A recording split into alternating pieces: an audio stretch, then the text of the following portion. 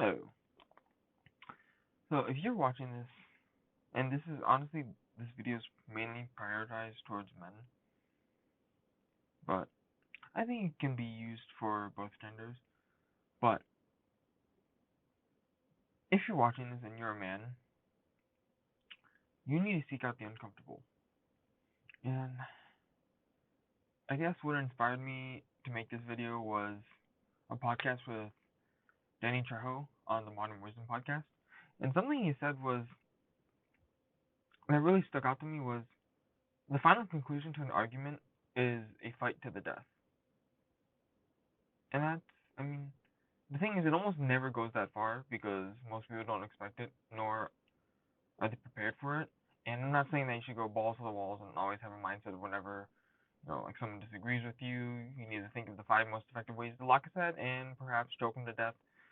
And just, I'm not saying that. To me, what it said was most people are too comfortable to push an argument that far, and even when they do, they have never experienced true physical hardship. And I think that this applies to most males in Western countries, including myself, because I've never needed to leave a fight, or not leave, to have a fight with blood or knives, ever. I've never had like a fist fight whatsoever.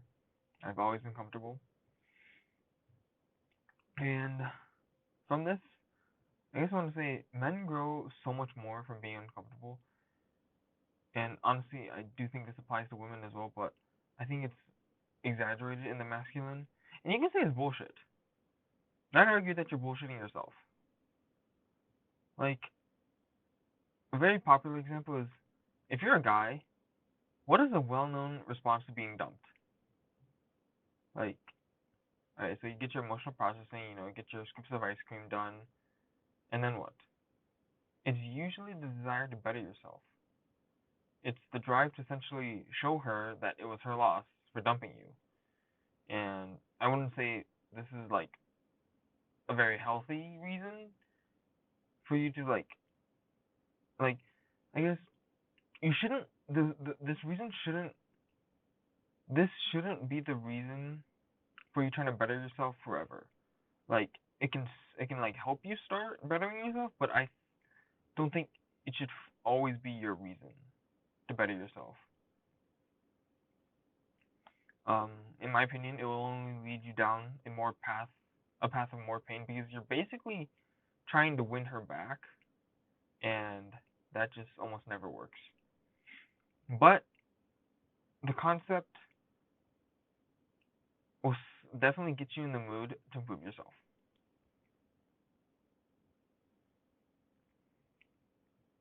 So now that I have basically told you to be uncomfortable, what can you do? If you're convinced, of course. Anything, really. From small to large, you can challenge yourself by using the stairs. Ask that girl out who you've been stalking for weeks now. Don't stalk people. Stand up for yourself. Take risks. Something that I also learned from a podcast was an anti-bucket list.